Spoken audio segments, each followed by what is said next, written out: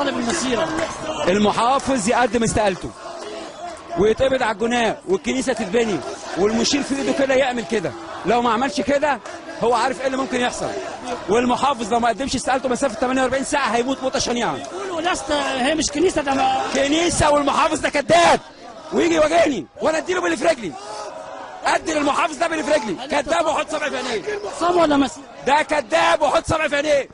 المحافظ ده كذاب وحط صبعي في عينيه. هو اللي ماضي على القرار.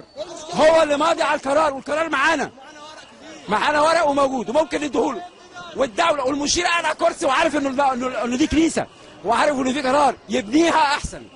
بقول للمشير حل المشكله بسرعه احسن. بس هيوجد اعتصام ولا مسيح؟ مش هنفك الاعتصام. الله غير لما كل حاجه تتحقق. لازم المحافظ يقدم استقالته فورا.